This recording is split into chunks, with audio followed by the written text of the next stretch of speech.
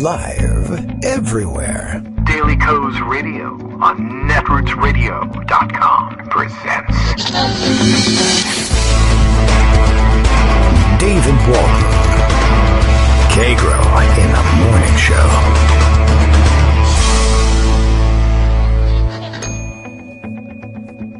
Now, here's David Waldman. Hey, good morning, everybody. How you doing? It is Monday, September 14th, 2020. September 14th, an important day in history because somebody help me out here. I think there's probably a website out there that I can go and take a look at today in history. Maybe we should. I don't know. I have nothing historical to offer you, and I decided I would go that way. What is today in history? I don't know. I like to, I don't like planning shows, is what I'm trying to say. We don't know what's up on tap for the day. We don't know what happened in history today. We do know that Greg Dworkin will be with us. We know that Bill in Portland, Maine will tweet a morning tweet about what we're going to do, and I might as well depend on him for my agenda for the day. There's no use looking to me for it. I don't have it. I have no agenda, as a matter of fact. Yeah, that's right. That's exactly how it started today. That's what it is. It wiped my mind clean when I saw Bobby Lewis of Media Matters tweeting around a rather absurd screen grab of the, I didn't even realize there was such a show, the Lara Logan show, I guess, on Fox, Business or Fox News Channel? Fox Nation. I don't know what that is. That's what the logo says. Lara Logan, it says, has no agenda. It also says, though, I don't know, maybe that's the name of the show. That could be it. But here is the no agenda. Lara Logan has no agenda. The Socialist Invasion. Available now. I'm not certain what that is. Maybe it's a book. I don't know. But behind her, pictures of, Photoshop pictures of major cities in America aflame with a big anarchy symbol there, too. So no agenda. Just reporting on the socialist invasion and the widespread destruction caused by anarchists all over the country. I don't know. The other part of the agenda is we'll be having Greg Dworkin join us to tell us what actually, some of what anyway, actually happened over the weekend. There's far too much to get it all in there, of course, but that's the business we're in. What does Bill think we're going to do? That's the really important thing. Daily Coast Radio is live now. That's good news. Someone ought to tell me. Kagro X, that's me. David Waldman. I'm broadcasting with 5,000 people packed in my studio. That's a good, yeah.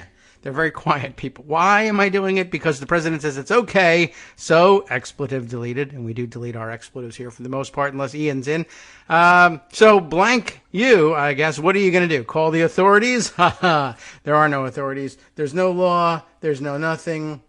But you know what happens. Anytime that we fall into the trap of LOL, YOLO, nothing matters, we call Greg, and he tells us what the data says about whether people think things matter, and then we say, that's great, I just don't know any of these people. Where are these people? But they're out there. They're answering the phones. That's why they're not hanging out with us. They're busy on the phone telling pollsters how they feel about things. Okay. So what happened over the weekend? Oh, so many things.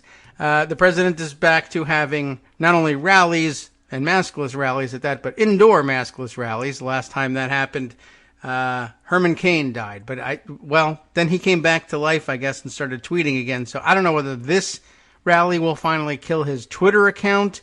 I don't know if he has 9 lives. I don't know if anybody else who ran for president in 2012, is going to die as a result of this. I don't know who was at the rally. But maskless rallies now all the rage for the president's people. Waiting on them to actually be the ones that die from this, besides Herman Cain. That would be nice. A little justice could be served there. Plenty more to round up as well.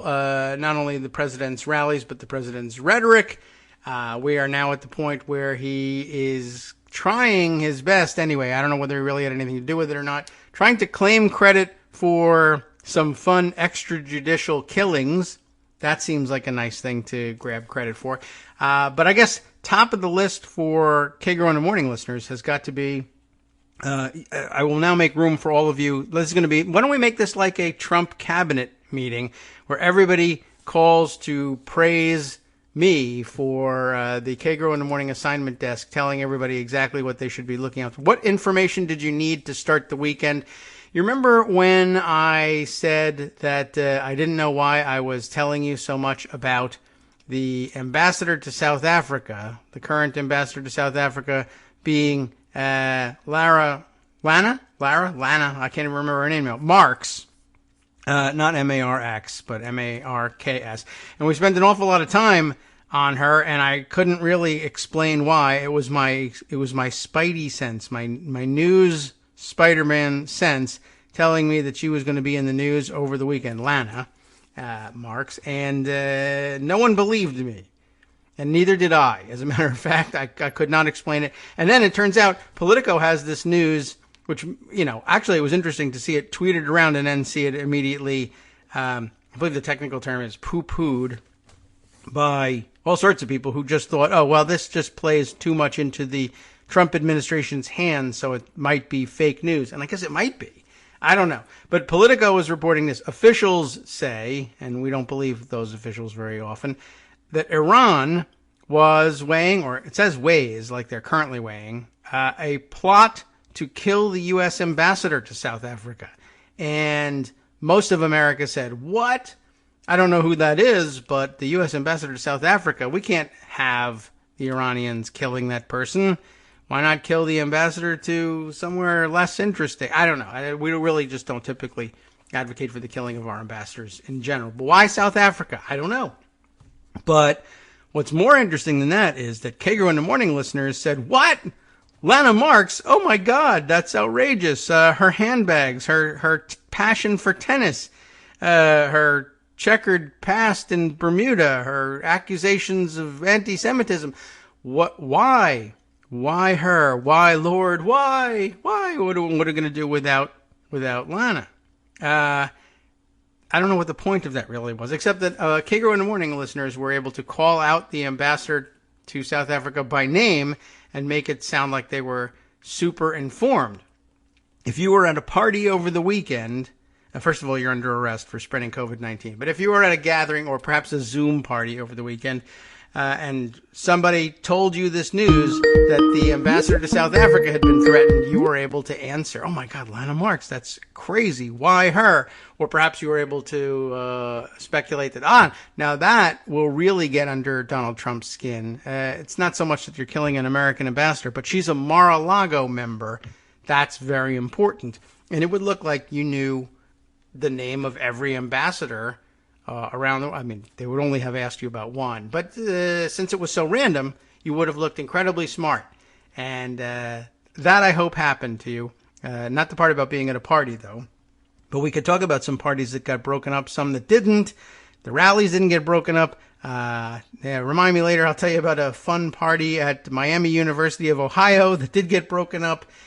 Sad state of affairs among our university students. But in the meantime, Greg Dworkin is here. Like I said, he's here chiefly, I think, to remind us, don't seriously believe it when you say LOL YOLO nothing matters, because there are some things that matter, and he's got a list of them. Good morning, Greg.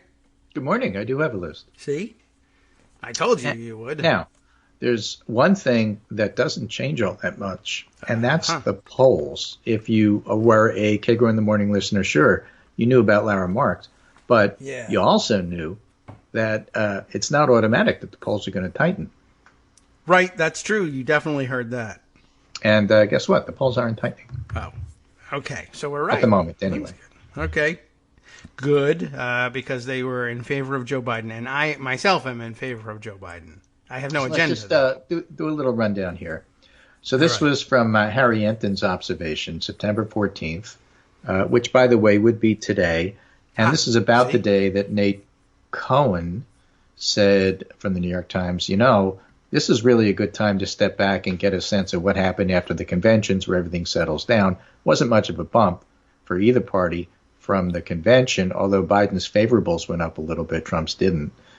But today, Harry's average, Harry Enton calls it, in 2020, yes, Biden is at 50, Trump is at 43, and there are 7% undecided. At this date, in 2016, Clinton was 42. Biden wasn't in the race. Clinton was. Clinton 42. Trump 40. 18% undecided. 18% in 2016 versus 7% this year. Okay. One of the major reasons why this isn't 2016. Biden hitting 50. One of the major reasons this isn't 2016. Clinton was at 42 with 18% undecided. You could see how she could lose. Yeah. And Trump is stuck at 43, which is about what his favorability is. Yes. And the only people who are left undecided are, if they all break for him, it's a tie. Right. And of the undecideds, they tend to lean Biden. The question nobody can answer is who is going to show up. And that's why likely voter screens are so hinky this year. And you don't know. For example, as Tom Boner, keep saying Bonier because I want to pronounce it like the French way. No one wants to say it's Boner. Tom Boner from Target Smart says, look, about a third of the voters who registered in the last month are young. Yes. They're going to fall Too young. out of every likely voter screen because they're not consistent voters. Can't reach so the that's phone. among the things that we don't know. We know the numbers from North Carolina in terms of who's not only requesting ballots, but also returning ballots. And it's pretty spectacular. Among North Carolina requested absentee by mail ballots, this is in the Pundit Roundup from Old North State Politics, that's Mike Bitzer, who follows this stuff. Registered Democrats, 51. Registered unaffiliated, 32. In some states like Florida, it's NPA, no party affiliation. These are registered unaffiliated. In North Carolina, they're 32 to Democrats, 51. And registered Republicans are 17. Those are the ones who requested absentee ballots. But on returns, returns and accepted, that is to say, got through the process, had your signature, had whatever it is you needed to do, it was accepted. Registered Democrats, 58. Registered unaffiliated, 29. Registered Republicans, 13. Okay. Now, that's out of, I don't know, a lot. I mean, it's about 3%. 11, 12 people. Of the requested. So there's, thousands, but there were about 780,000 requests. The thing is that traditionally in North Carolina, this is a 50-50 proposition. Typically what happens in North Carolina, absentee by mail, they call it ABM, vote by mail for everybody else. Typically what happens is it's 50-50 throughout the entire election. Then in the last week, Republicans surge as military and overseas ballots come in North Carolina. I see. And so the Republicans generally win the battle of the absentee mail ballots. This year, instead of starting at 50-50, it started at 57-12. Now it's 58-13. Okay. So basically what's happening there is that it's not a prediction of what's going to happen because we don't know what's going to happen on Election Day. But more and more people vote early in North Carolina, and building a lead early is the way for Democrats to win the state. And so the numbers are good. It's not sufficient to say that you're ahead, but this is one of these things that it's necessary, if not sufficient, if you want to win North Carolina, to build up that vote by mail lead. Now, similar things in Florida, and we don't have all the numbers from Florida yet as we do with North Carolina. That's by far the most robust of the reporting states. So far, they started first. In Florida, the game is chasing the individual groups that you have to get in order to put a coalition together. And since Biden is doing better among seniors, and he's doing better among whites than Clinton did, Trump and his group are trying to match that by doing better among Cubans and among Hispanics in general, which include Puerto Ricans. Yes. Who are concentrated in Orlando. But there aren't any swing voters. It's all a question of, can you turn out your people? And can you? We don't know yet. That's, again, one of those things that polls aren't good at. The polls have a natural error, the margin of error, and maybe a few other things because you're not really sure whether you're getting a response from appropriate demographics, college versus non-college. So you make some adjustments and hopefully you got it right. But in addition to that, that likely voter screen is just really chancy and introduces even more error. So the polls are kind of a fuzzy, here's an idea of what's going on. That's why it's so nice to follow trends within an individual poll as well as the aggregates. And the aggregates, as I pointed out, with the Harry margin there, is still a Biden 7-point lead, which has stayed steady. It stayed steady in USC Dornsife. And the USC Dornsife poll, as you know, also shows a little bit of weakness in both independents and in the lean Republicans for Trump. That's where the weakness is, because he's not as solid with lean Republicans as Biden is with lean Democrats. There are so few lean Republicans. But it's interesting because in Arizona this morning, where Biden has that 10-point lead, a lot of that lead for Biden, which has grown from a 4-point lead, seems to be coming from older voters, over 55s, over 55 Republicans.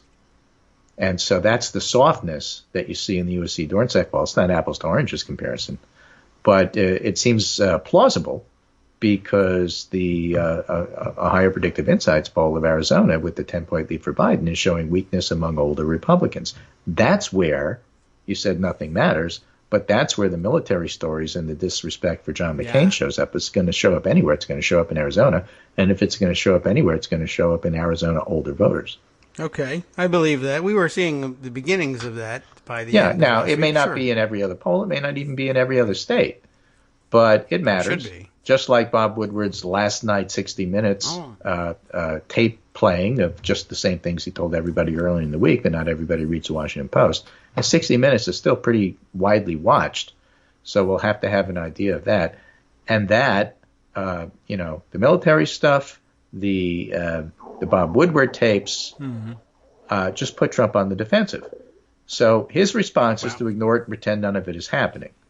So he goes out to Nevada and tries to have rallies. He's kicked out of a couple of original places he was going to be at because they won't let him in these venues because it's 50 or less. I don't know why. Crowds of 50 or more are not permitted. I guess he went to a private area and was able to pull this together, but the governor was quite upset with him. And again, from the pundit roundup, made some pretty strong comments about it. Governor Sisolak said, tonight President Donald Trump is taking reckless and selfish actions that are putting countless lives in danger here in Nevada. Despite reports from his own White House, despite local officials in southern and northern Nevada reiterating the venues to the existing restrictions and state emergency directives, tonight the president is knowingly packing thousands in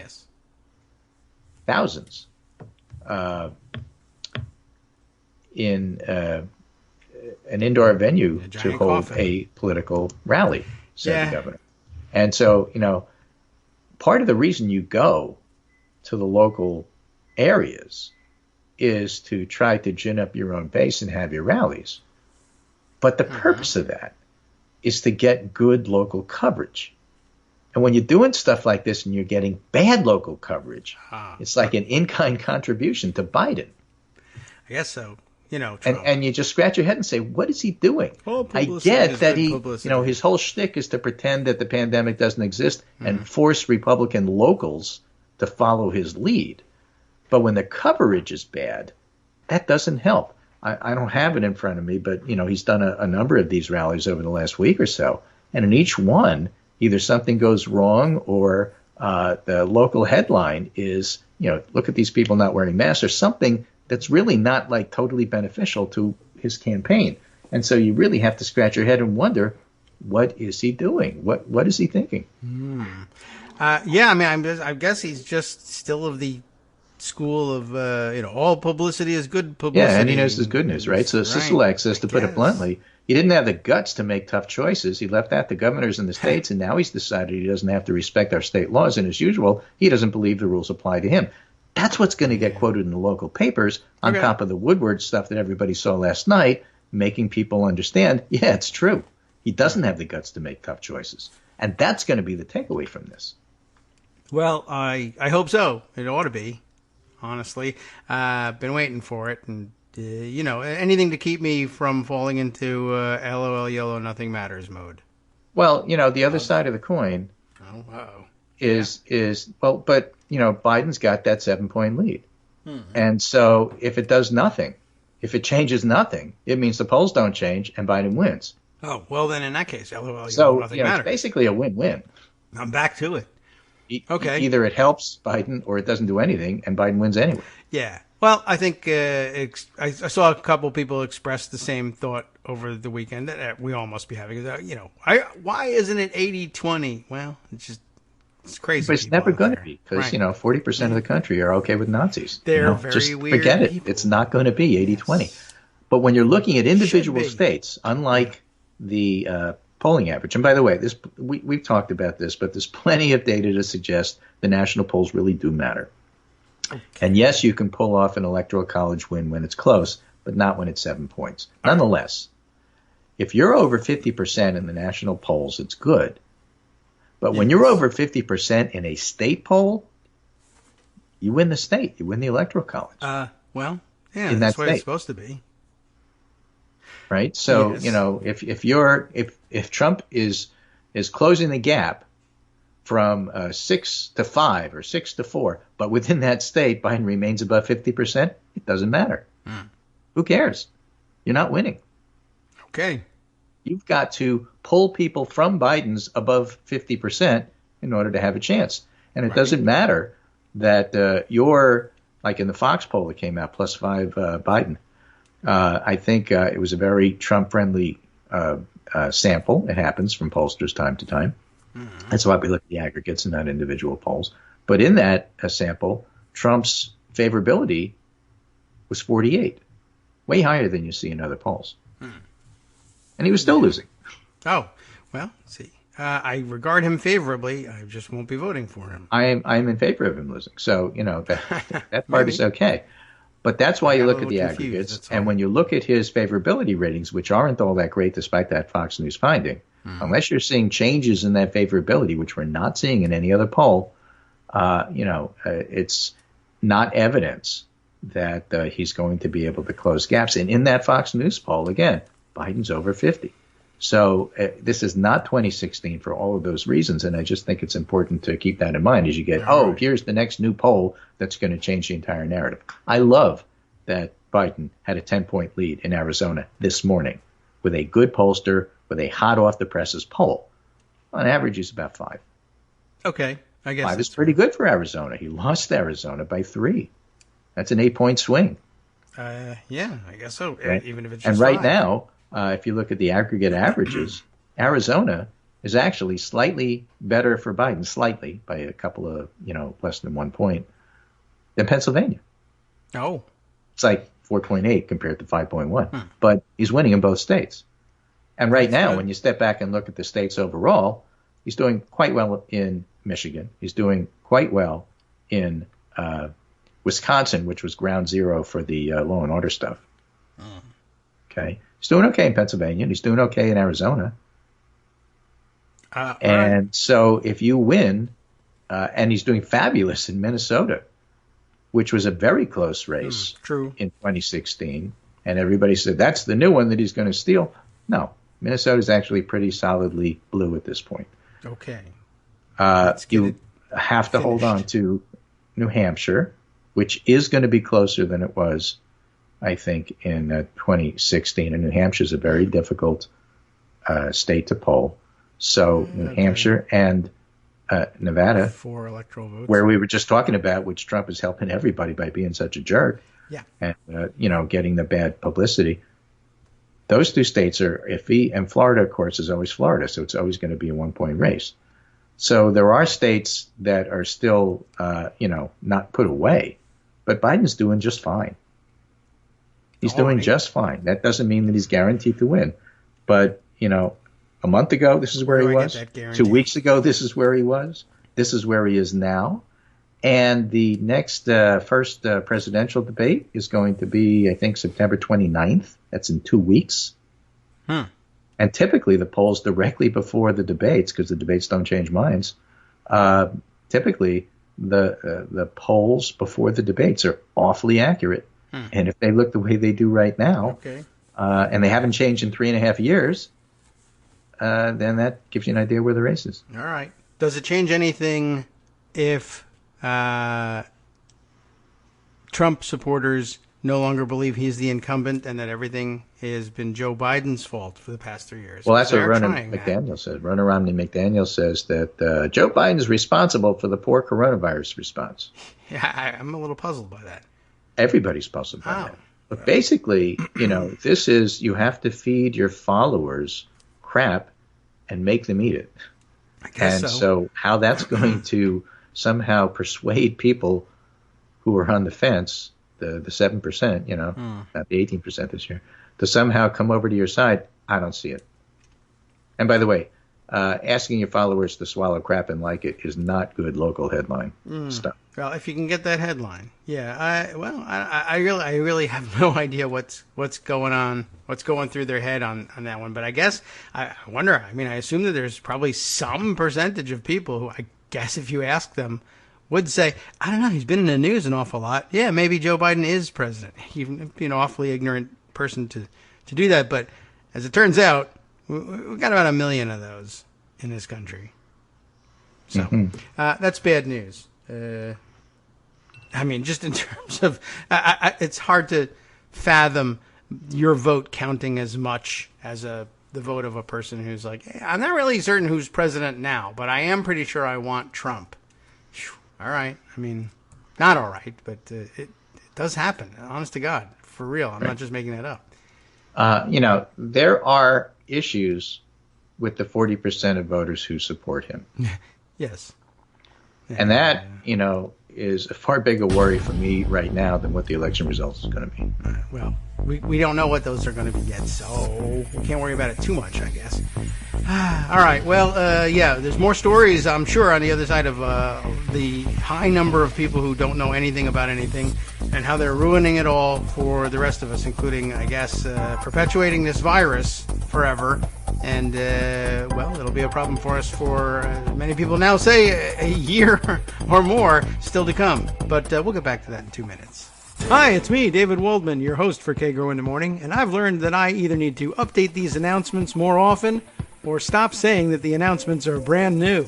What's not new is that this message, too, is a call for your support in keeping the Kagro in the Morning show on the air. My thanks go out to all of you who do support the show through your donations. The stats say that Kagro in the Morning fans download our program about 2,000 times each weekday. But our donors make up only about 8% of our daily listeners. Patreon.com, Patreon.com, makes it simple to make easy, secure, recurring monthly contributions to support our show. Patreon.com/KagroX gets you straight to our donation page. If we're helping keep you sane during the Trump era, consider what that's worth. $1 a day? 50 cents? One thin dime? We do about 20 shows a month, so pick a number, do the math, and head to patreon.com/KagroX to let us know. Thanks again, everyone, for all your support.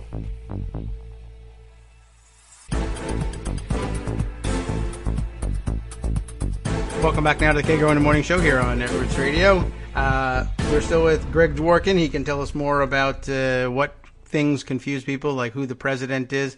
I will just shoehorn in here. I looked it up. Today in history, in 1814, I guess. Is that right? The penning of the Star-Spangled Banner. So was Joe Biden president? Was he responsible for that? He was president. I mean, he's old. That's true. Make no mistake, though, it was... doesn't remember. You can't ask him. He doesn't remember. Right. Donald Trump, who penned the Star-Spangled Banner. He forgot the lyrics 206 years later, but there you have it. 1814, you can see a New York September Times reporter, asking Biden, hey, Biden, do you remember, hey, Mr. Vice President, let's be respectful. Hey, here. Joe. Do you remember when Where you you were going? there watching the penning of the lyrics for the Star-Spangled Banner? Yes. No. And Biden says, I don't remember that. And then the story is, Biden doesn't remember. Right. Yes, because he's such an old fellow. He's so old he doesn't even remember being around in those days. Yes. Original title of the Star-Spangled Banner, The Defense of Fort... Well, they write McHenry. Like, I guess that's how they abbreviated McHenry back then. M''Henry. But McHenry. I just bumped into it. I don't know what the original title was McHenry Funk. Okay. But they felt like they had to change it.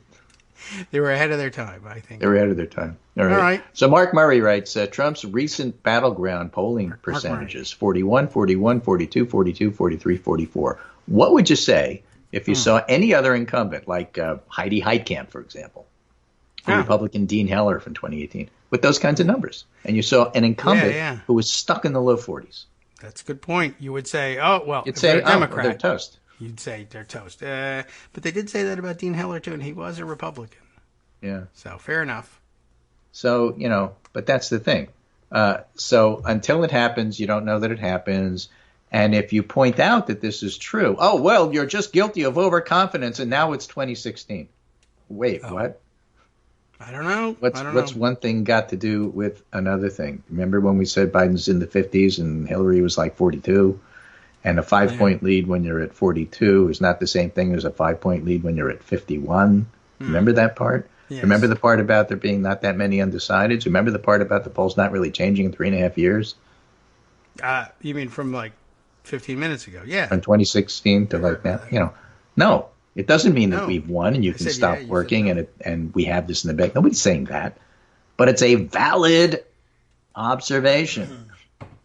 Okay. To say that incumbents, which Trump is and wasn't in 2016, with these kinds of numbers, are in deep trouble. In fact, The Hill, when they were describing the Arizona poll today, said Donald Trump is in deep trouble in Arizona. Oh, it's true. That was, who said it? The Hill? The Hill, the Trump favorable paper. Yeah. Well, they just want to make the comeback seem that much more amazing, I suppose. Okay. Well, he is the incumbent, despite their attempt to deny it, which is bizarre to me. But this show is a roundup of bizarre. So this week, the press has decided that they are trying to create the new version of soccer moms and security dads. Infrastructure moms. And it didn't work with suburban moms or infrastructure moms or dads. So now they've decided that the two big groups that they're going to hone in on, as if everybody else doesn't exist, they don't, are seniors and Latinos.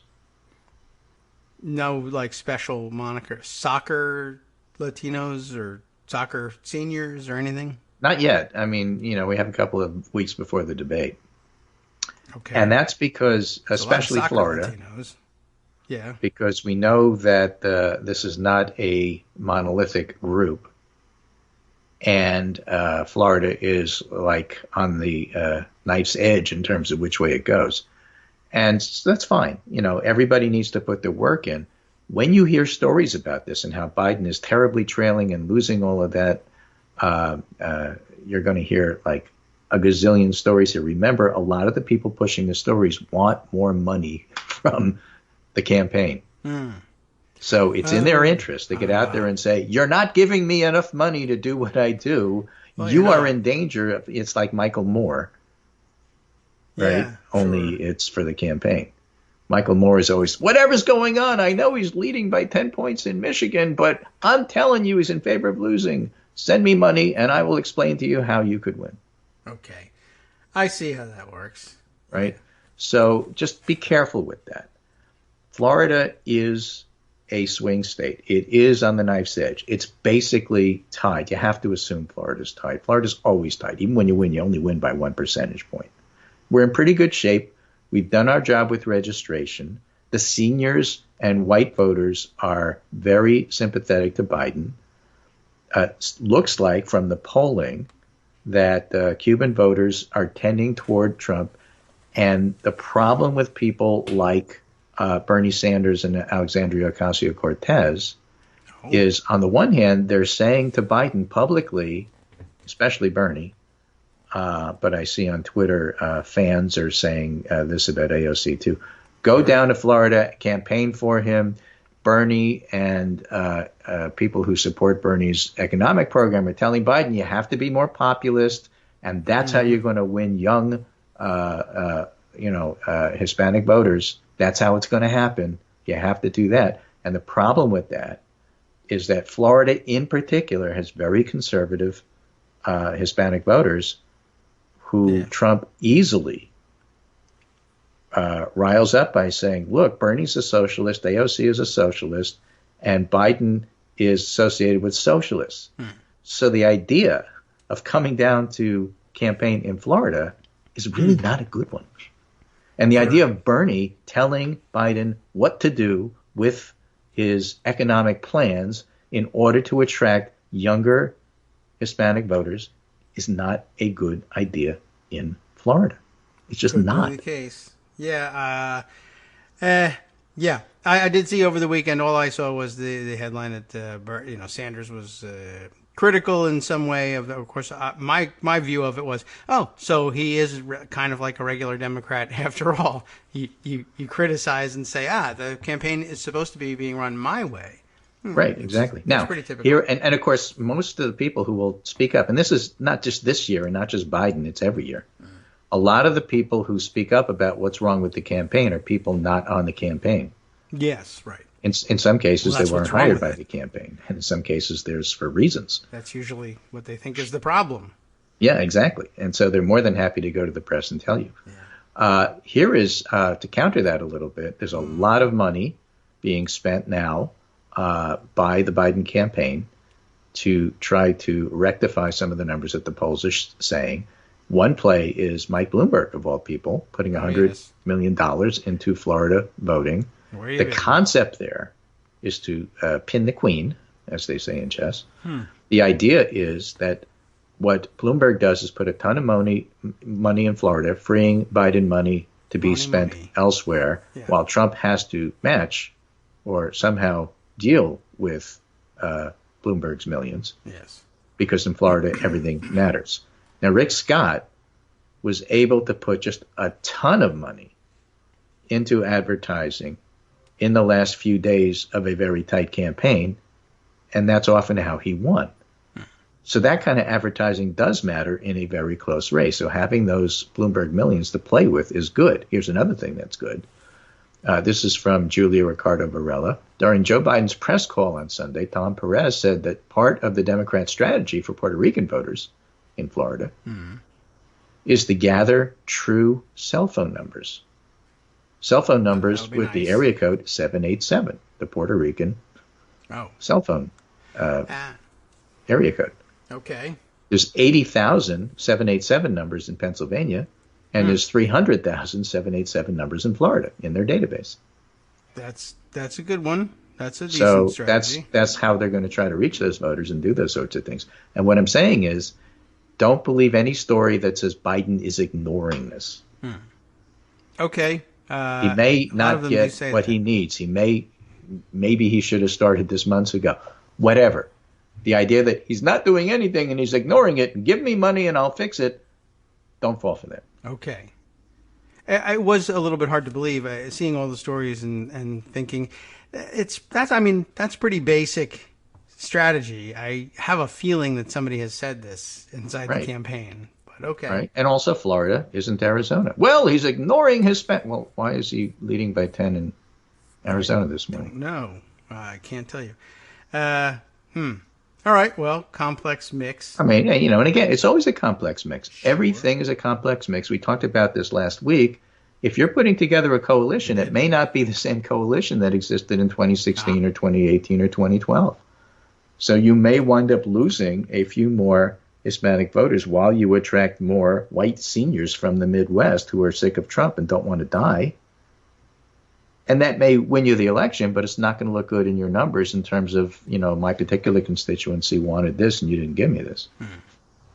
But we don't know that yet. That only is seen after the fact. So I'm not saying ignore it. I'm not saying it's nonsense. It's not. It's important, but you have to put it in context. I'm just trying to add context to those discussions. All right. We have room for that. Right, and there's some native Spanish-speaking analysts who I've seen on Twitter who are looking very closely at the radio ads that are playing in Florida, which are fascinating. Because, again, the Florida Republican ones are all about how Biden's a democratic socialist, and you may think that he's a moderate, but he's really being led by the nose by Bernie and AOC and the other socialists in the Democratic Party. I see. Which, if you're from Venezuela, sort of has currency and credence, same way as if you're from Cuba. So, Yes. That's what's playing on the Republican side. And the Democratic side, a little cultural competency from the people that I'm reading, are playing on subtle things.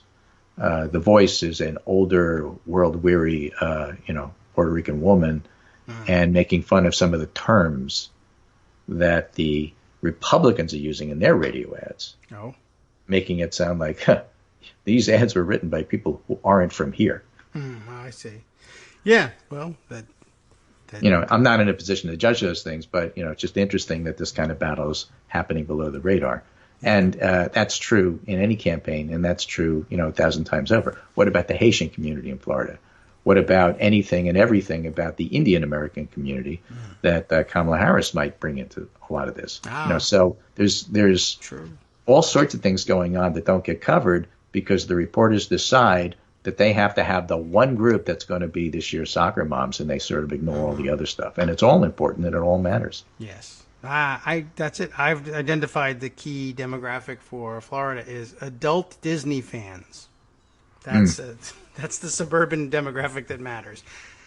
So, all right, well, we'll be reaching out to them, wearing mouse ears, and probably advertising in Spanish and or Hindi, I guess. Could try that. See if it works. I don't know if there's any radio stations for that one, but okay. Well, complex makeup in Florida, that's for sure. I've been thinking about the appeal to the Cuban voters because that's been so much in the news lately. But while it is certainly one of the higher concentrations of Cuban voters, there probably are demographics larger and more easily swayable in this election than the Cuban vote in Florida, and maybe it's just not as decisive this time. Although, usually a key player down there for that is Bob Menendez, who they just send down there to appeal to the younger end of the spectrum. Although he's older than he used to be, that's for sure. But to Cuban Americans who feel like there's an opening to vote for Democrats, just. It's the first Cuban American Democrat that they've ever seen on a national level. He usually, I don't know what his activity schedule has been down there, but of course, pandemic and whatnot. And, right. And again, pandemic, my play here, my theory of the case, if you will, is that the pandemic is in fact the issue of the campaign. Again, Mark Murray, noting on Sunday morning, the president's allies defended Trump's handling of the coronavirus and how seriously he's taken the issue. Sunday night, Woodward goes on and says that's all nonsense. He didn't take it seriously at all. And on that same Sunday night, Trump holds this rally in Nevada inside with few wearing masks, and despite restrictions and despite being yelled at by the governor. Yeah. So that's basically the state of play. All right. I can accept that. I'm a little puzzled about what governors can and can't do. It's interesting how much Trump is seeking to lay out their feet, saying they should have been the ones to take care of everything, and then to have a large indoor rally in defiance, supposedly in defiance of state law, I guess. I don't understand how you can pull that off and make it happen, and I guess maybe there's some sort of weird wrinkle with it being on private property, possibly, but I find it hard, not that Trump supporters will put this logic together, but the idea that the response should have been left in the hands of governors who can't even say, hey, this most visible violation of law that's even possible, I cannot stop it because I don't know what exactly. But I guess they just never really were dealt the hand that the Trump administration claims they were. But like we said, the people who believe that, who believe the opposite, I'm sure there's no convincing them with nuance like that. Right. This is hot off the press. There's a Twitter account I follow called Medium Buying, which just gives you an idea of where people are spending money. New. 20 minutes ago. New. The Trump campaign is canceling TV ad schedules that's been booked for this week in multiple states, including Iowa, Ohio, and Nevada. That's new. There was a big story about it last week about, I don't remember where, but yeah, the cancellation of TV time. I guess it continues. You'll have to send me that one too, so we can prove that you didn't make it up. Right. So they're certainly short of cash. Do they assume that Iowa and Ohio are safe for them? I don't know. That's taking a chance. Maybe they are. Maybe they think they are not competitive states. But, Ohio is looking a lot closer, and we don't really have a lot of good polling out of Iowa lately. So maybe. But I don't think they're giving up on those states. But I am not convinced that the Trump campaign is making wise decisions all the time. and under stress, sometimes you just do stupid things. Yeah. Now, these are not the tipping point sometimes states. They plan stupid Biden things. doesn't need Iowa and Ohio. I'll take 'em. He really should get Nevada, but to not play in Nevada, that doesn't make a lot of sense to me. No. That should be a state he ought to be able to pick up. He's playing in Minnesota. I would think Nevada's an easier pickup for him than Minnesota. Yeah, it wasn't that long ago that Trump was in the papers saying that he was in play in New York. It wasn't that long ago that the Republicans thought they had a shot in New Mexico. Oh, true also. I'm old enough to remember that. Yeah. So you see people doing these things and you scratch your head and say, okay, I'm not really sure what that means. Probably doesn't mean what you think it means. But the obvious answer is they really don't have that much money, and so they're really trying to conserve. Yeah. And, the election is being decided now. People are voting. That's true, too. That is happening. Not in those states, but, the organization behind voting certainly is. So, again, yes. A stable on the surface race with a lot of churn underneath and a lot of moving parts. Another part that probably doesn't get enough coverage is the voter suppression part. And that is, for example, the Wisconsin Supreme Court nakedly deciding that, even though all the ballots have already been sent out, maybe we should have the Green Party. Oh. Right? I don't know if I can say the term on the air that starts with rat and ends in ing, but the Rat-ing Party. Trucking, yes. The Rat Trucking Party it has to be on the ballot, said the Wisconsin Supreme Court, which is one of the most partisan Supreme Courts in the country and has a Republican majority. Yes.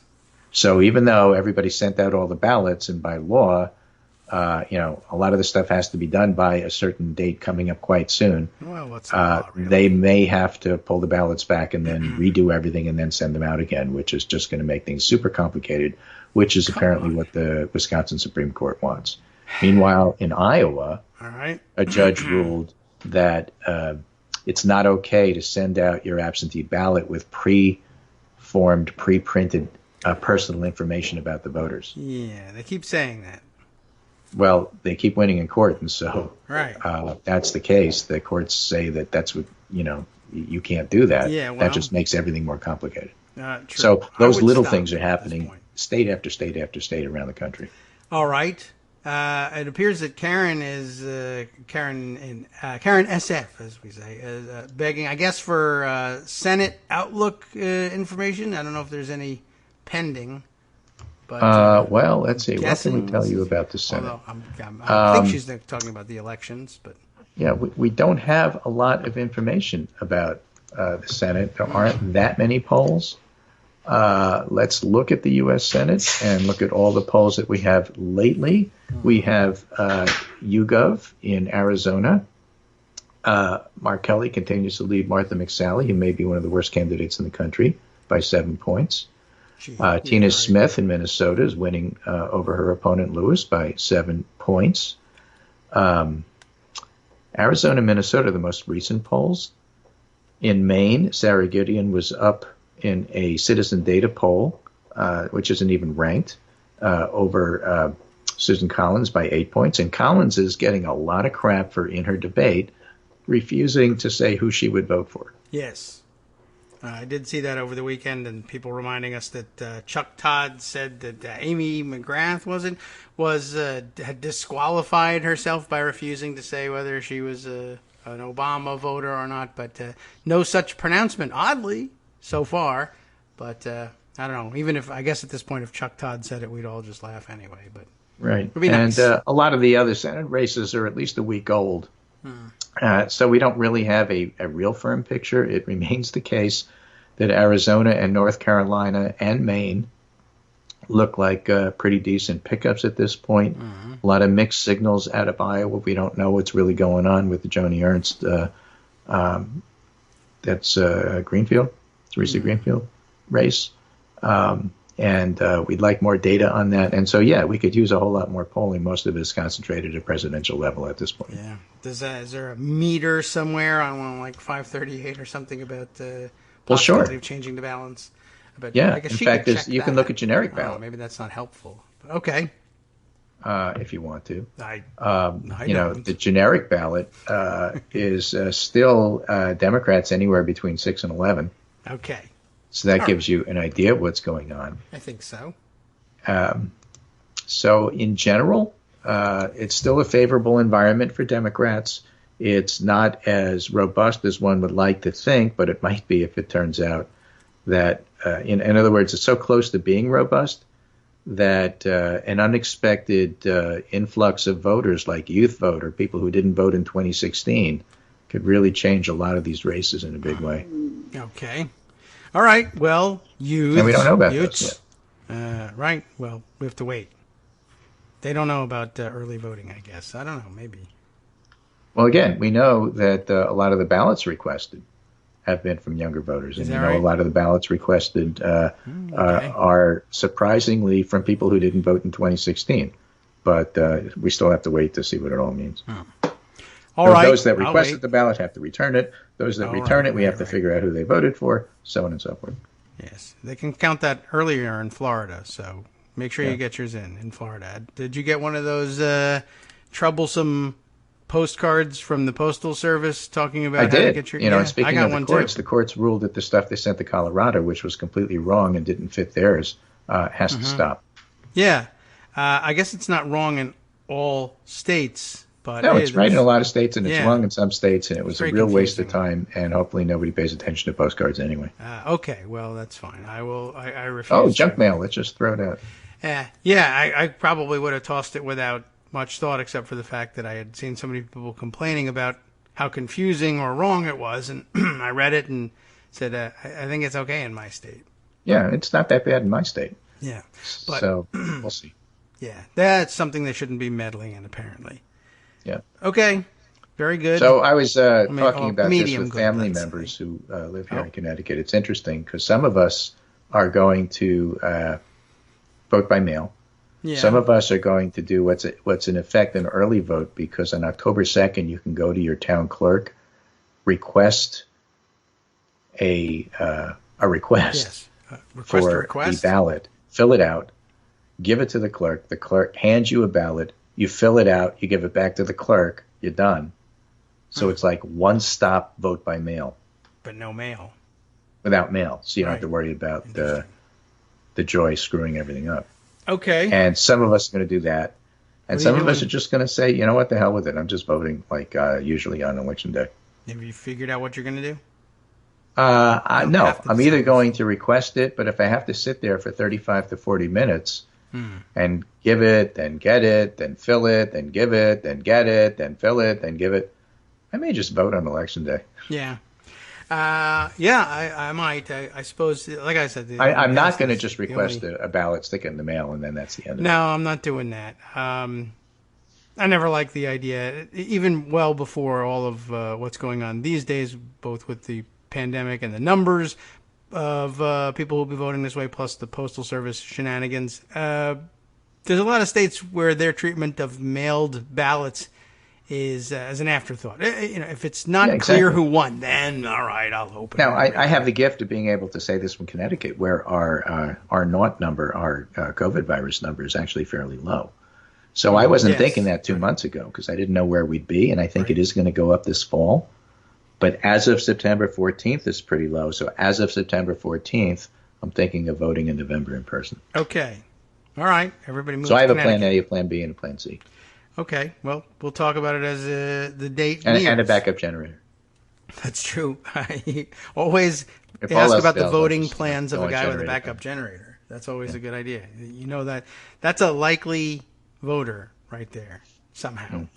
Put that. So anyway, that's my story for today. Little of this, a little of that, but the more things change, the more they stay the same. and I am the Sun King, and that's the truth. It's all French to end things here. Thanks. Yeah, okay. All French. Take care, and I'll talk to you on Wednesday. All right. Very good. I'll talk to you then. And between now and then, I'll learn how to say Wednesday in French. Yes, indeed. I will not. That is a huge lie. Okay. Thanks, Greg. We'll talk to you then. I'm sure things won't change too much between now and then. Let's see. You know what? Maybe we'll stick in the brief mention of the story from Miami University of Ohio. I think I did say we wanted to bring that one up. I just had this one I saw over the weekend. I think actually on Friday when we were off the air live, I happened to see this story. Video of a cop pulling up to break up a smallish, relatively speaking, smallish house party. I guess looks like off campus at Miami University of Ohio in Oxford, Ohio. A lot of confusion because Miami, etc. But I think we're all used to that now. Went to break up this party and basically told everybody there, look, the rule in the town is no gatherings over 10 inside of a house like this. How many people live here? 8. Everybody else out of here, go home, stick to your own place. And the cop is trying to be really accommodating of this white kid. I don't know whether it has anything to do with race, but it's nice to see a cop trying to be reasonable once in a while, even if you're not sure how he would be if the race was different. But okay, it wasn't. And he's trying to tell him, look, I don't want to make too much trouble for you, but you kids should not be doing this. And if I write you up, you're going to get fined, and the university's going to find out. You're going to have all kinds of trouble. Anyway, give me your ID. And we'll take care of this whole thing here as long as everybody goes home. And he goes and he runs the ID. And I don't know what kind of database they're hooked into these days, but he comes back and he says, you know what? Now we have a problem, kid. I ran your ID, and I didn't know that they had this in their database anymore. But apparently you have COVID right now, he says to this kid. And the kid is like, yeah. I got COVID right now. What's the big deal?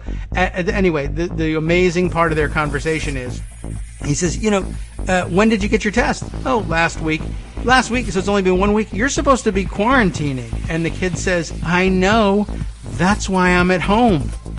So that's the state of affairs out there. Actual, honest-to-God, bona fide university students are out there saying, yeah, quarantining with COVID. Right now, I'm in my house. What's the problem? If they can't grasp this, we got a problem.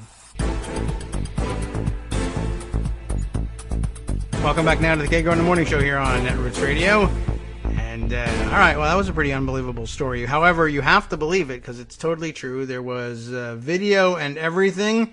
And what else to tell you about it? And I actually saw it retweeted again this morning. Not the video, but discussion of it circulating this morning on Twitter. So now I know you all have the story, even if you didn't see me circulating it last week. Let's see. Brian Monroe from Canadiana up in the north there tells me, I guess, supposedly preparing me for my pronunciation test on Wednesday in how to say Wednesday in French when Greg comes back. I told you that I wasn't really going to figure this out.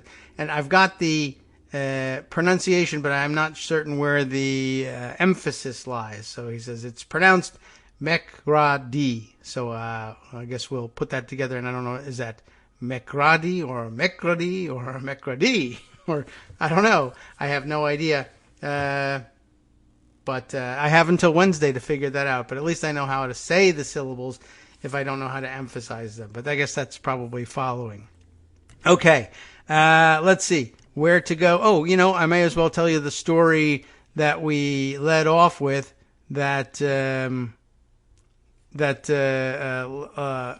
the Iranian assassination plot, the alleged assassination plot against our ambassador to South Africa. I was going to say our favorite ambassador to South Africa, but that's probably not true. Lana Marks. It's a real story. Politico has got it and everything. We'll see whether or not we believe it.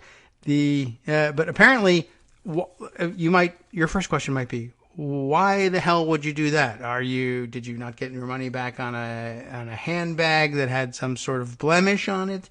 Something like that. Did you lose to her in tennis? Is that what's going on? The Islamic Republic, that's Iran, is still looking to avenge the death of Qasem Soleimani. Remember him? That is that they would choose her as a target is kind of interesting. It is a little bit difficult to believe.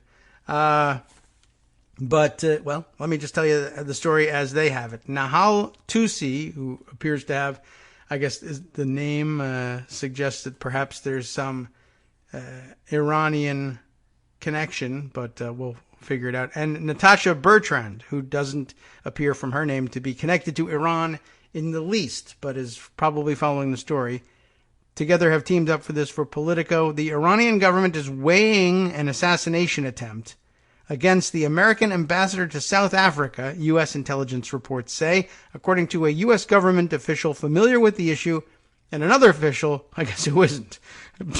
What kind of phrasing is this? Another official who has seen the intelligence. So one person who has seen the intelligence and is familiar with it, and one person who has seen the intelligence and doesn't know what the hell they're talking about. I don't know exactly what that's supposed to mean, but whatever.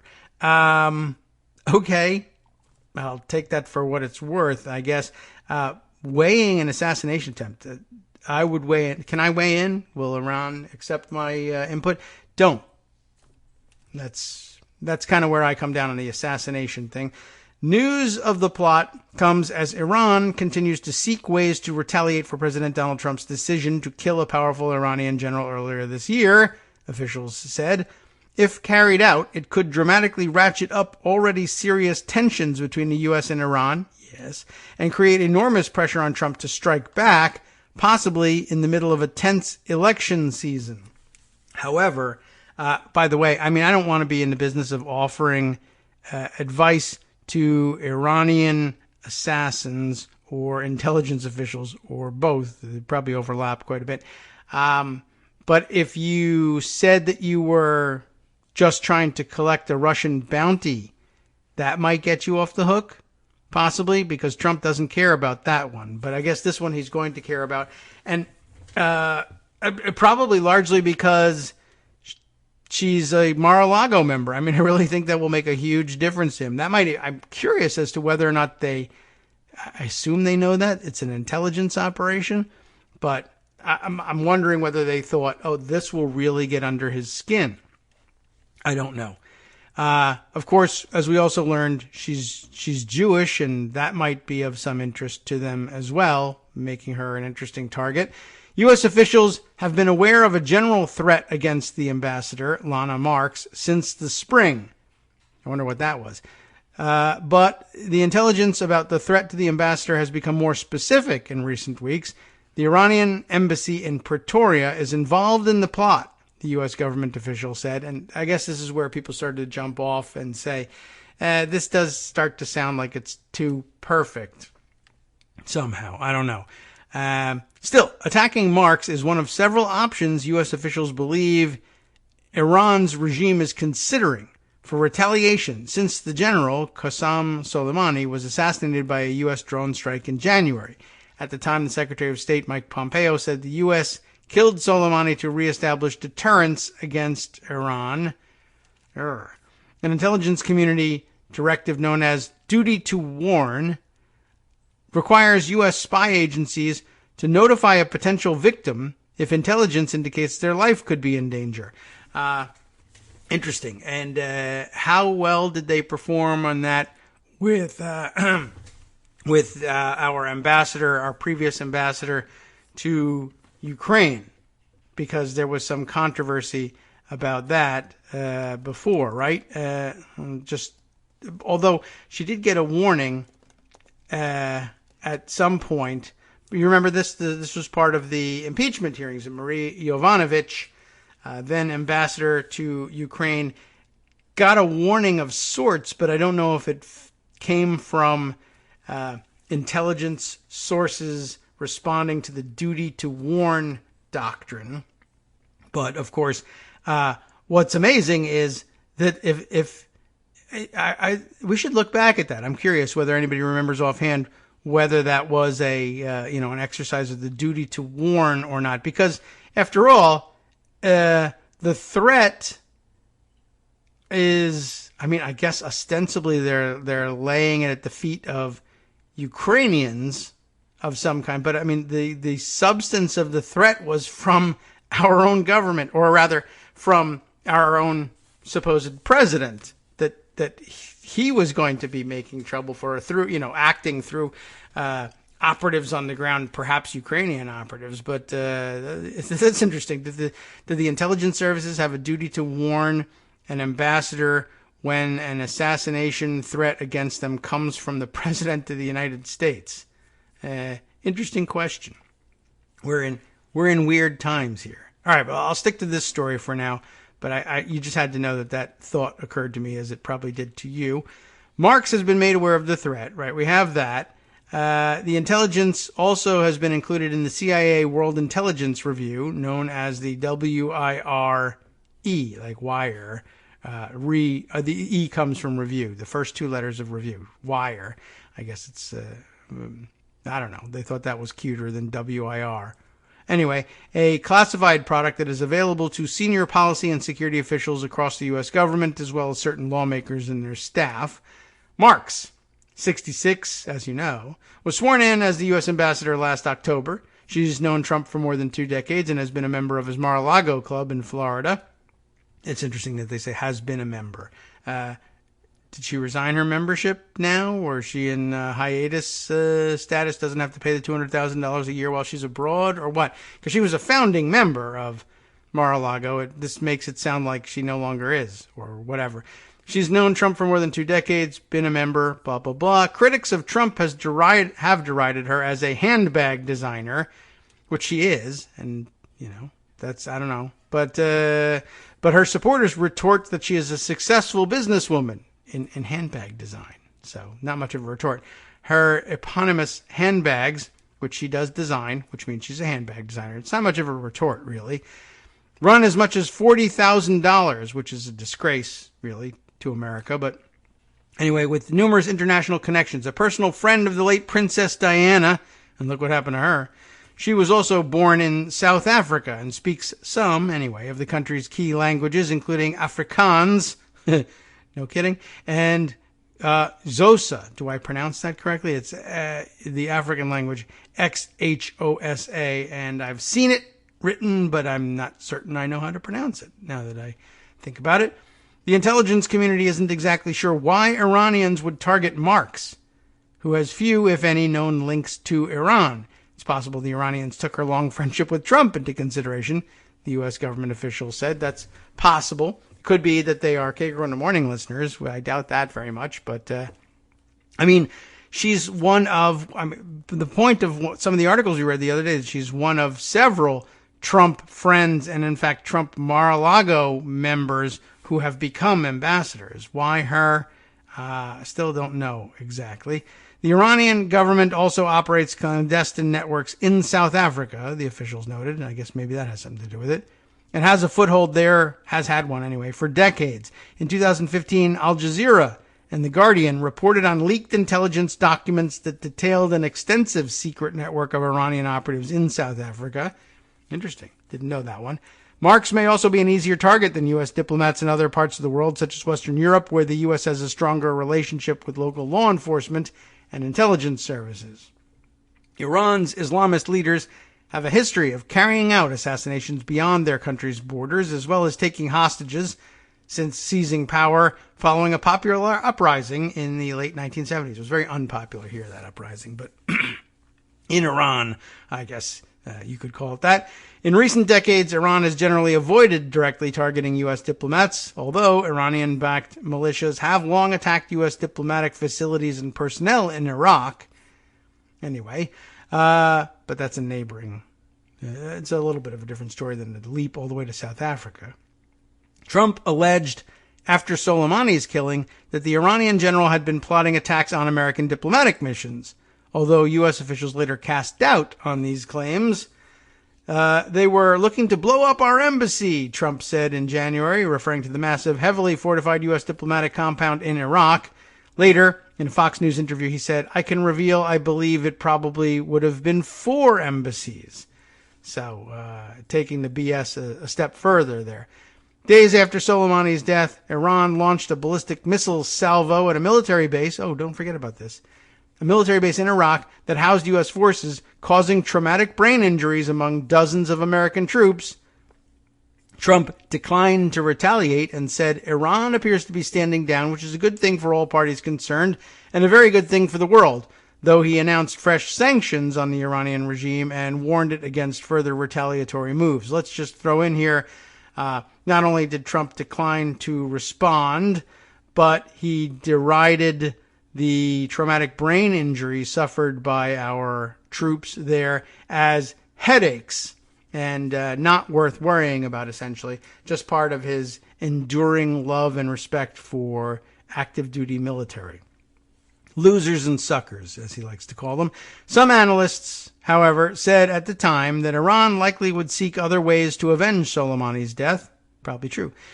General Kenneth McKenzie, the head of U.S. Central Command, was at the top of Iran's hit list earlier this year. That, too, would make a certain amount of sense.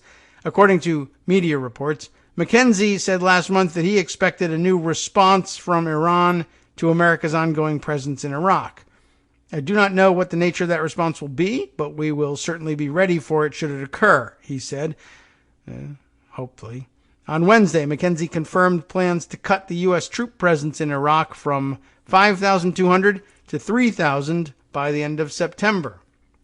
During an online forum in August, McKenzie said Iran was our central problem in the region and acknowledged that the danger from Iranian proxies in Iraq had complicated U.S. efforts against ISIS. You know who they are. The threat against our forces from Shia militant groups has caused us to put resources that we would otherwise use against ISIS, a Sunni militant group, to provide for our own defense, and that has lowered our ability to work effectively against them, he said. The White House-based National Security Council didn't immediately respond to requests for comment. Neither did an Iranian official with Iran's mission at the UN, nor a South African embassy official in Washington. Spokespeople for the State Department, the CIA, and the Office of the Director of National Intelligence declined to comment. It's an interesting mix of, it's a good place to go for comments, although I don't know what kind of comment they thought they would get out of the Iranian mission to the UN. Yup, we were trying to assassinate her, said the UN ambassador too. Okay, I doubt it. Anyway, the U.S. and Iran have been bitter foes for decades, openly confronting each other at times and gingerly engaging in diplomacy at others, but more often waging a shadowy battle for power and influence across the broader Middle East. Under Trump, two countries have veered toward outright military conflict, the two countries, on more than one occasion. Last summer, just as a reminder, the U.S. blamed Iran and its proxies for a series of explosions aimed at oil tankers. Iran took down a U.S. drone, and the U.S. later managed to take down an Iranian drone. Trump acknowledged that after Iran took down the U.S. drone, he nearly authorized a direct attack on Iranian soil, but he held off after being told 150 people could die. A toll, he said, was disproportionate, not unlike the 200,000 he has killed here domestically. Whatever. The country's dispute deepened in the months afterward, especially in Iraq, where America and the U.S. have long engaged in proxy warfare. I think that's supposed to mean that America and Iran, I suppose, have long engaged in proxy warfare, but maybe America and the U.S. are at war with themselves. I don't know how that would work exactly grammatically. In December, an American contractor was killed in Iraq after an attack by an Iranian allied militia. The U.S. reacted by bombing sites held by the group, killing around 24 of its fighters. Soon afterward, protesters believed linked to the militia breached part of the U.S. Embassy compound in Baghdad. Then, in early January, before COVID, the United States staged an airstrike that killed Soleimani as he was visiting Baghdad. It was a major escalation given Soleimani's importance in Iran, although U.S. officials described it as a defensive measure. Soleimani led the Quds Force, a unit of Iran's Islamic Revolutionary Guard Corps that oversees much of the country's military activities outside its borders. Americans blame him for the death of numerous U.S. troops in the region, and Americans probably would do well to recognize the fact that Trump laundered millions of dollars for Iran's Islamic Revolutionary Guard Corps through his hotel project in Azerbaijan. But I guess never mind all of that. We've talked about it in the past. Iran vowed to retaliate. Its first major move was the January 8th missile attack on the al-Assad military base in Iraq. But around the same time, an Iranian missile took down a civilian airliner, killing 176 people, and leading to fury inside Iran at the regime's incompetence and shifting explanations for the incident, along with condemnation abroad. Iran and South Africa have cooperated on a number of fronts in recent decades, including at the UN, where South Africa has at times advocated for Iran. South Africa's uranium deposits are believed to have been a major interest for Iran as it was ramping up its nuclear program, which Tehran has always insisted was meant for peaceful energy purposes and not a bomb. Good, that's nice. The pair have also got a military relationship, having signed some basic defense pacts. Interesting, a Iran-South Africa defense pact. I'm not certain how that would even work. Strange Iran-connected plots have been uncovered before. Almost a decade ago, the U.S. arrested and eventually sentenced to prison an Iranian-American man who was alleged to have tried to hire a Mexican drug cartel assassin to kill Saudi Arabia's ambassador to the United States as he dined in Cafe Milano, which I recognize the name of, a swanky Washington restaurant frequented by the city's wealthy and powerful. The U.S. accused Soleimani of overseeing that plot. So interesting. That's a blast from the past that, I guess probably shouldn't use the word blast at all when we're talking about assassinating people in cafes, but interesting. I had forgotten about that one. So long history of this weird clandestine war between the two countries. Just interesting that it would have roped Lana Marks, of all people, in. I guess we all felt pretty smart about being informed about who she was, even though I had no idea whatsoever that was going to come up. All right, let's see. Other items to check, some to check back in on, others to bring up for the first time.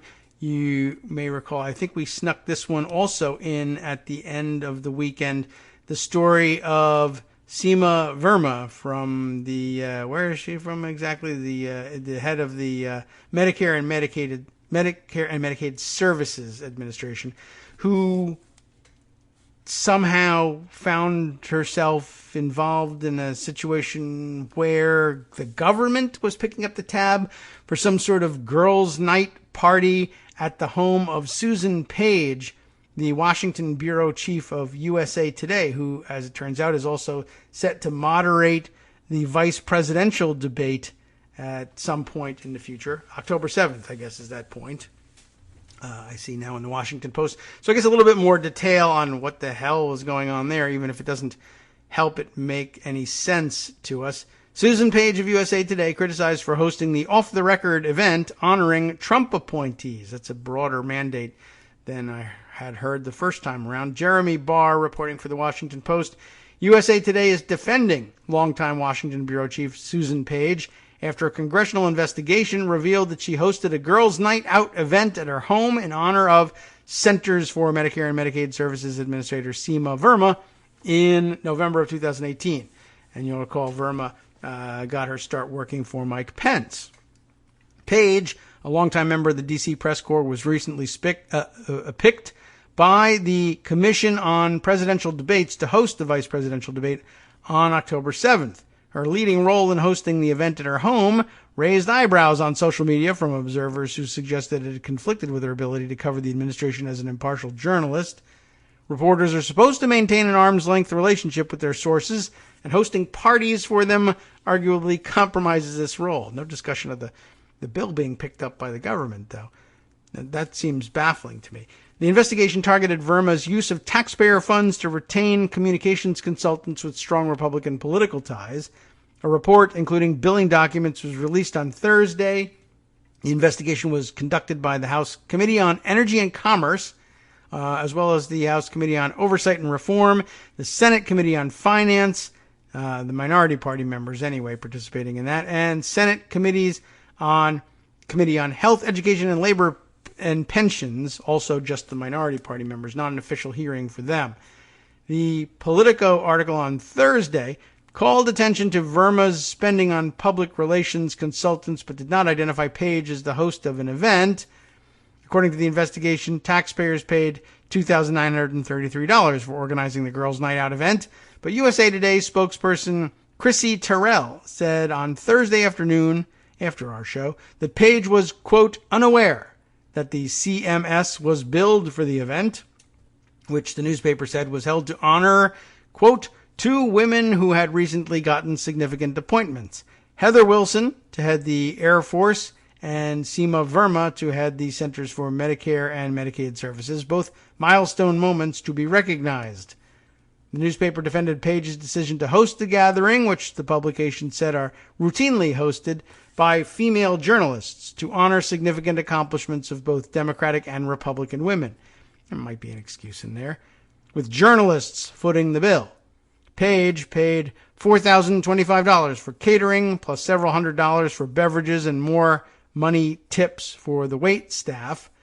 USA Today is fully aware of these long-standing events that recognize the accomplishments of women and fall well within the ethical standards that our journalists are expected to uphold, the publication said, adding that Page was not paid or reimbursed by the federal government for the event. Republican communications consultant Pam Stevens, who was reportedly working to raise the brand of Verma, is the longtime organizer of the social gatherings and sends out the invitations. Page and the other attendees at the mixer were not aware that Verma was a client of Stevens, according to people with knowledge of the situation who requested anonymity due to the sensitivity of the matter.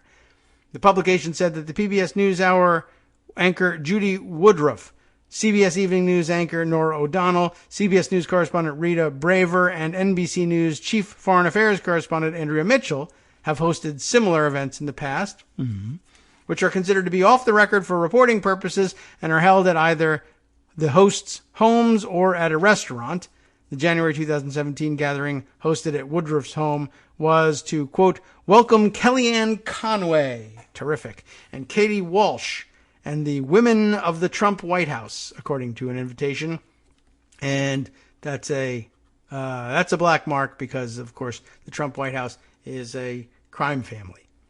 The congressional investigation into Verma concluded that her consultants charged CMS nearly $6 million for work that included boosting her public profile and personal brand, serving as her preferred communications advisors, arranging private meetings for her with media personalities and other high-profile individuals, and routinely traveling with her to events across the country.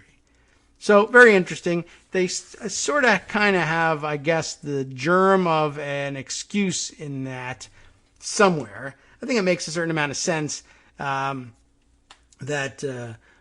women reporters might host such a thing, both, for honoring both Democrats and Republicans. I guess at the time you could say, they weren't aware of exactly how criminal and corrupt the Trump White House was, although I don't know how you could miss it. Kellyanne Conway, a figure in the White House and a woman, and so I guess you possibly get away with that one. But really, honestly, why you would be honoring her for anything at all, I have no idea. You probably could have picked a better figure, but I guess she expected to be feted at that point, and so they did it. Whether or not anybody ever got reimbursed for it is another question, and I don't know. They just don't seem to solve that question. USA Today apparently denies that it happened, the reimbursement, or has no idea anyway that it happened. And I'd like to have an explanation how $2,900 came to pay for some of that as well. And I guess last point I'd make out of it, the petty point I'd make out of it is it explains the way a lot of Washington and Washington adjacent stuff happens. For lack of a better term, there's no overarching umbrella terminology for this, but I guess what I wanted to emphasize was we're looking at a party organized by female journalists who normally say, all right, if we're going to honor some up-and-coming politically connected, maybe, or government-connected women in powerful positions, let's go ahead and do that. And you can see, I guess, even though you disagree with it, how they land on Kellyanne Conway, right? And perhaps others. So it might not occur to you, like, what's so interesting about Seema Verma? It's an important job that she has and everything, but of all the people that they could pick out of the administration or high places in government, why her? And the answer is that she's been using government money to pay image and communications consultants to boost her personal brand for whatever reason. You know, I guess she feels entitled to some sort of personal benefit from her government service. But more to the point, she hired consultants who then basically said, I have an idea. Why don't we have another one of these events? And instead of inviting somebody interesting and important that our journalist friends really want to talk to, let's do my client, Seema Verma. I just won't tell anybody that she's the client. So they fake up this event where she's the central figure and a guest of honor, and she gets to go around saying, basically like Trump, that I got the Bay of Pigs award. I don't know how it happened. It just did.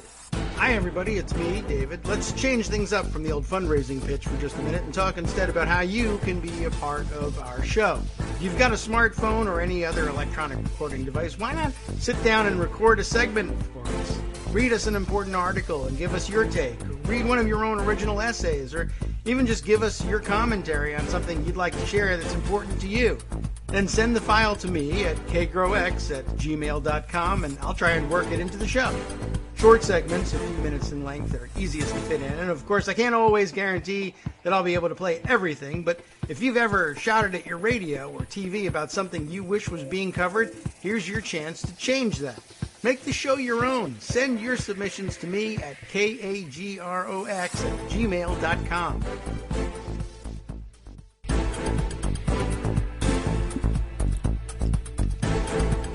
All right, welcome back now to the Kagro Morning Show here on Netroots Radio with one segment left. So many things that I need to tell you about, and I don't even know where to start. So I won't. That's it. The end of the show. I'm going to jump back a little bit in Pocket, and this is a good way into a large looming story that we haven't actually spent time discussing specifically the latest developments, but a rash, well, there's a couple of things that have just a rash of stories going on that we really ought to catch up on. Let's see. And this one, let me find my way back to what we've got in Pocket here. We'll start with a tweet from our friend NYC Southpaw that will touch on a couple of angles on an overarching story that we haven't had a chance to discuss, but you probably read about over the weekend. Southpaw starts this way with a tweet referencing the tweet from Dan Diamond, the Politico reporter, covering this story. Well, maybe we'll start with the Dan Diamond tweet and then get to Southpaw's comment on it, which is more towards the overarching umbrella issue. Dan tweets, along with the link to a Politico story on the subject, HHS spokesperson, it's Mark Caputo, right? Michael Caputo, I'm sorry. And his aides have targeted the CDC's morbidity and mortality weekly reports. This is probably something we ought to get Greg's comment on when he comes back on Wednesday. Targeting the CDC's morbidity and mortality weekly reports, a pillar of U.S. medical research, arguing that scientists are intentionally trying to undermine Trump's message, which is, of course, that the pandemic is a hoax and not of interest at all. And if 200,000 people are dead, so what? Now, there's a screen grab from the Politico report, but I want to just emphasize again what Dan has to say here, that it's a pillar of U.S. medical research. These are the sorts of things that had previously been considered sacrosanct and were part of the CDC's sterling reputation, both here at home and abroad, as a serious scientific endeavor that could help or could provide very often the key links necessary to combat global pandemics as they erupt around the world, and that this is the sort of information that they compiled that made them a world leader and that made them a trusted source inside the United States. And now all of that is in danger with Trump's meddling, driven in this case by Michael Caputo. And we've talked a little bit about who he is and where he came from in the past, and everyone has had a lot of worries about what he was going to do. And I guess this is maybe one of the worst manifestations of his abilities and intent that we've seen to date. So let me go over to the article, and then we can jump back to what Southpaw had to say about it. Trump officials interfered with CDC reports on COVID-19. Yes, the politically appointed HHS spokesperson and his team demanded and received the right to review CDC's scientific reports to health professionals. Why? Because they wanted Trump to look good. Dan Diamond himself is the reporter on this one. The health department's politically appointed communications aides have demanded the right to review and seek changes to the CDC's weekly scientific reports charting the progress of the coronavirus pandemic and other things. Really every cause of death that's out there in case something else should come up. Why be on the lookout for those with scientifically accurate information, right? This in what officials characterize as an attempt to intimidate the report's authors and water down their communications to health professionals. Because who cares if they can communicate to health professionals these days, right?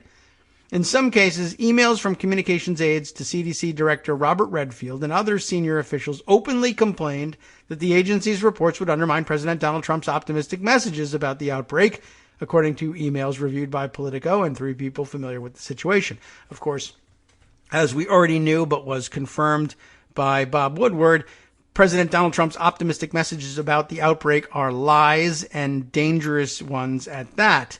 But they didn't want the dangerous lies undermined by facts that could make a huge difference in the number of thousands of people dying here and around the world. It's just screw all of that. CDC officials have fought back against the most sweeping changes, but have increasingly agreed to allow the political officials to review the reports and in a few cases compromised on the wording. According to 3 people familiar with the exchanges, communications aides' efforts to change the language in the CDC reports have been constant across the summer and continued as recently as Friday afternoon. That's basically now. The CDC's morbidity and mortality weekly reports, and they're linked in this story, are authored by career scientists and serve as the main vehicle for the agency to inform doctors, researchers, and the general public about how COVID-19 and any other disease, right, is spreading and who is at risk. Such reports have historically been published with little fanfare and no political interference, said several longtime health department officials, and have been viewed as a cornerstone of the nation's public health work for decades. But since Michael Caputo, a former Trump campaign official with no medical or scientific background, was installed in April as the HHS spokesperson, there have been substantial efforts to align the reports with Trump's statements, including the president's claims that fears about the outbreak are overstated, or stop the reports altogether. I can't even imagine the damage you're doing by stopping the CDC from issuing the morbidity and mortality weekly reports. Caputo and his team have attempted to add caveats to the CDC's findings, including an effort to retroactively change agency reports that they said wrongly inflated the risks of COVID-19 and should have made clear that Americans sickened by the virus may have been infected because of their own behavior, according to the individuals familiar with the situation and emails reviewed by Politico. But if they're dead, and they belong in the morbidity and mortality report, period, and Caputo should have nothing to say about that. Caputo's team also tried to halt the release of some CDC reports, including delaying a report that addressed how doctors were prescribing hydroxychloroquine, the malaria drug favored by Trump as a coronavirus treatment despite scant evidence. The report, which was held for about a month after Caputo's team raised questions about its author's political leanings, was finally published last week. It said the potential benefits of these drugs do not outweigh their risks. But they might have been written by Democrats, so you don't deserve to know that, according to Michael Caputo, who should be lined up and dispatched with the rest of the gang against the fake wall when all this is over. In one clash, an aide to Caputo berated CDC scientists for attempting to use the reports to, quote, hurt the president. In an August 8th email sent to CDC Director Robert Redfield and other officials that was widely circulated inside the department and obtained by Politico. CDC appears to me to be writing hit pieces on the administration. Appointee Paul Alexander, note the name, Paul Alexander wrote, calling on Redfield to modify 2 already published reports that Alexander claimed wrongly inflated the risk of coronavirus to children, He was wrong about that. And undermined Trump's push to reopen schools, about which Trump is also wrong. CDC tried to report as if once kids get together, there will be spread, and this will impact schools reopening. Very misleading by CDC. Shame on them. Their aim is clear. Can you imagine writing this? I mean, when schools open and kids get together, there will be spread, and it'll impact school reopening. Well, don't write that, because that's bad. It's very misleading. Shame on you for trying to tell the truth about what we are already seeing happening. I mean, it's crazy.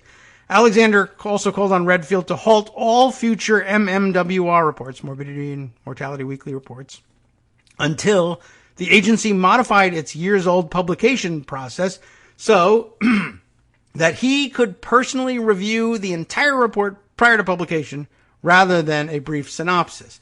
Has Paul Alexander got any sort of background? He's an assistant professor of health research, at least he's at McMaster University near Toronto, which is in another country, by the way, which is doing fine with their coronavirus. But we got apparently the worst professor they had to offer. So maybe that was it. They expelled Paul Alexander to our government, and they have managed to cut down on coronavirus deaths. I think they posted their first 0 deaths day in some time. It's a big splashy headline. But the Canadians got to keep everybody good, and they sent this guy to us. Let's see. He was recruited by Caputo this spring to be scientific advisor, and Alexander added that CDC needed to allow him to make line edits and demanded an immediate stop to the reports in the meantime. I say deport this guy back to Toronto, where he came from. Sorry, Canadians, but you're responsible for this one. The reports must be read, but you're not responsible for screwing up our CDC, but you're responsible for this guy. Take him back. The reports must be read by someone outside of CDC, like myself. And we cannot allow the reporting to go on as it has been, for it is outrageous. It's lunacy. He misspells it's without the apostrophe in this. Alexander told Redfield and other officials, nothing to go out unless I read and agree with the findings, how CDC, wrote it, and I tweak it to ensure it is fair and balanced and complete. Throw this guy down a sewer. CDC officials have fought the efforts to retroactively change reports, but have increasingly allowed Caputo and his team to review them before publication, according to 3 individuals with knowledge of the situation. Caputo also helped install CDC's interim chief of staff last month. 2 individuals added. Why? I don't know. Ensuring that Caputo himself would have more visibility into an agency that has often been at odds with HHS political officials during the pandemic. Again, Caputo is the communications aide at HHS. Why does he have a say in installing CDC's interim chief of staff? No real reason but for political control. Asked by Politico about why he and his team were demanding changes to CDC reports, Caputo praised Alexander as an Oxford-educated epidemiologist who specializes in analyzing the work of other scientists, although he did not make him available for an interview. Dr. Alexander advises me on pandemic policy and has been encouraged to share his opinions with other scientists. Like all scientists, his advice is heard and taken or rejected by his peers, Caputo said in a statement. I don't know whether any of that is accurate, but that's what he said. Caputo also said that HHS was appropriately reviewing CDC's reports. Our intention is to make sure that evidence, science-based data, drives policy through this pandemic, not ulterior deep state motives in the bowels of CDC, he said, and that whole thing is disqualified by the invocation of deep state, quite frankly. Caputo's team has spent months clashing with scientific experts across the administration. Alexander this week tried to muzzle infectious disease expert Anthony Fauci from speaking about the risks of coronavirus to children. And the Washington Post reported in July that Alexander had criticized the CDC's methods and findings. But public health experts told Politico that they were particularly alarmed that the CDC's reports could face political interference, praising the MMWRs as essential to fighting the pandemic. It's the go-to place for public health community to get information that's scientifically vetted, said Jennifer Cates, who leads the Kaiser Family Foundation's global health work. In an interview with Politico, Cates rattled off nearly a dozen examples of MMWR reports that she and other researchers have relied on to determine how COVID-19 has spread and who's at highest risk, including reports on how the virus has been transmitted in nursing homes, at churches, and among children. They're so important, and CDC has done so many, Cates said. I mean, essentially, this was the rough equivalent to the medical community of saying we want the right. The Trump White House demands the right to review the congressional record and change it as necessary, because some of the things that Congress may be doing, particularly in the democratically controlled House, might be rightly viewed as a tax on the president, undermining his message. And we think that the official record of what happens in Congress should be edited by us as a result. And they got no business doing it. The efforts to modify the CDC reports began in earnest after a May report authored by senior CDC official Anne Schuchat. I'm not certain how she would pronounce this. Schuchat. Which reviewed the spread of COVID-19 in the United States and caused significant strife within the health department.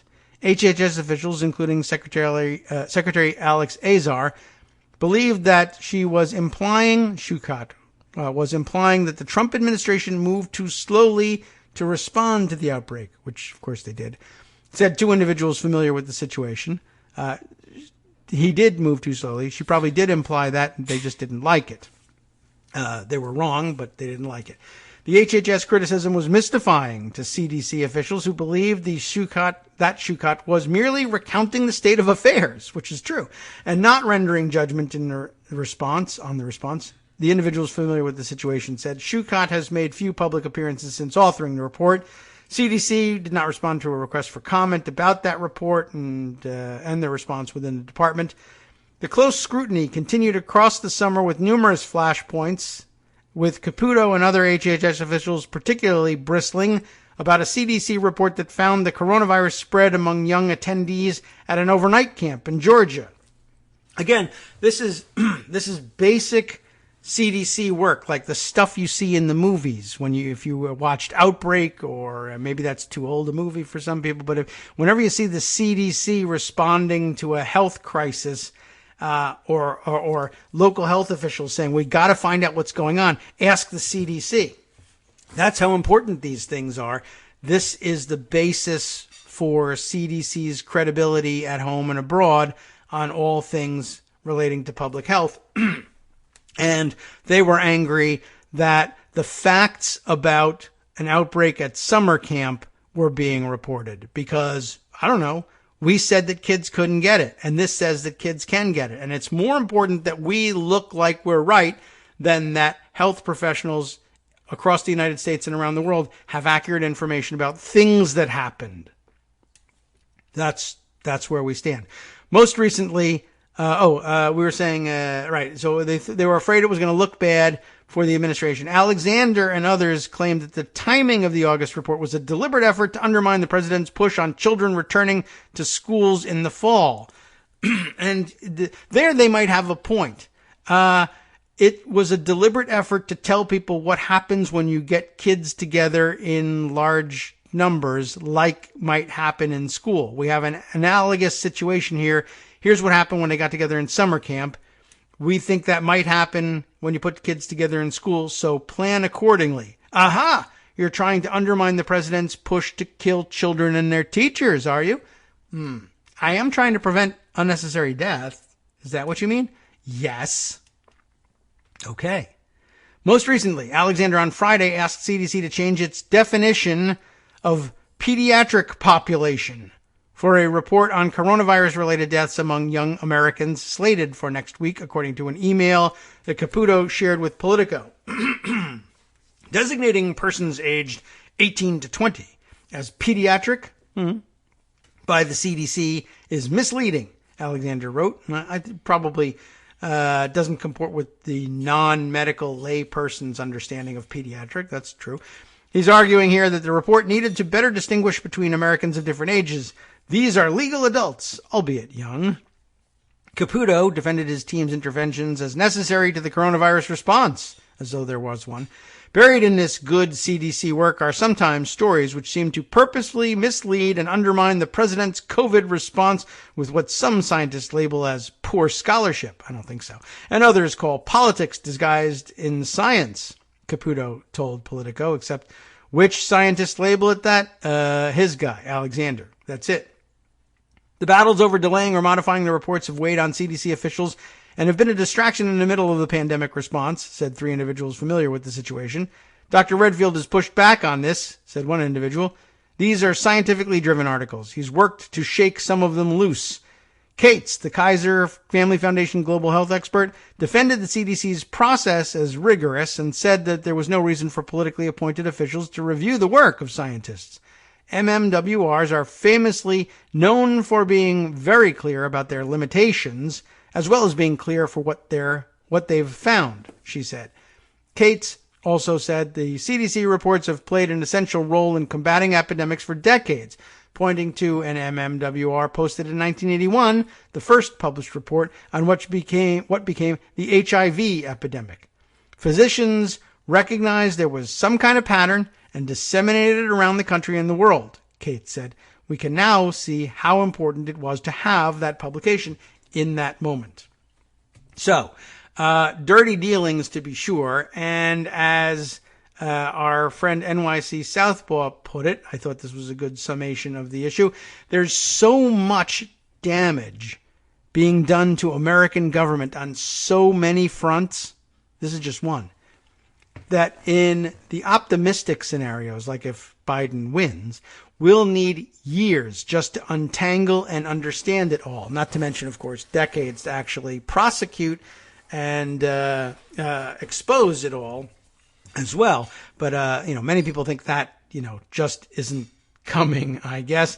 It's just an interesting, that's the overarching point that we need to make. Now, from there, we can leap to, it seems like a long article to have to read in order to make that small point. I could have just made that small point, but you really need to have the details of just how meddlesome Caputo is just on the CDC. But it's happening in so many other areas that there's a larger pattern to talk about. And I guess from there we'll jump into which stories. We'll begin with this one. I'll jump to Talking Points memo just to introduce this story. Josh Kovensky writing this for TPM, a report that says a prosecutor resigns from the Durham probe, citing concerns about, you'll never guess, political pressure. Wow, gee whiz. There's one less investigator investigating the investigators, Josh begins by saying. The Hartford Courant reports that Nora R. Dennehy resigned from the Durham investigation this week. Everybody know what that is? I hope so. We'll skip and we'll see what the article describes it adequately or not. That decision, the paper says, was at least partly motivated by alleged attempts at speeding up the investigation for political reasons by Attorney General Bill Barr. In other words, to use it as an October surprise. The report cites colleagues of Dennehy's who told the paper that, in the Courant's words, she, quote, has been concerned in recent weeks by what she believed was pressure from Barr, who appointed Durham, to produce results before the election. Citing the same anonymous colleagues, the paper also reports that Dennehy has been considering resignation in recent weeks amid concerns about politics. The report offered few specifics about the reasons for Dennehy's concerns, but it notes that other Durham associates believe that Barr has been pressuring him to produce some sort of result before the November election. It also offers this fairly detailed insight into the life of a Durham investigation prosecutor as it stands today. And so far, it hasn't jumped in to describe it, but everybody knows what we're talking about here. The Durham investigation is it John Durham, his first name?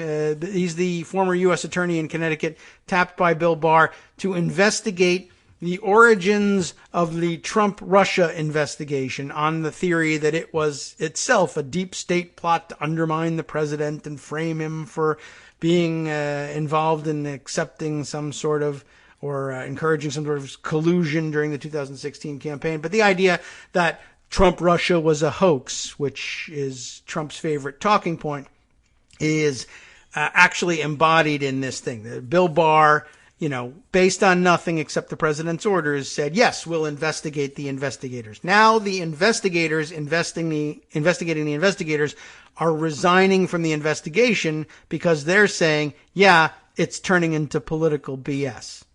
So where were we with this? The Hartford Courant offered this fairly detailed insight into the life of a Durham investigation prosecutor as it stands today.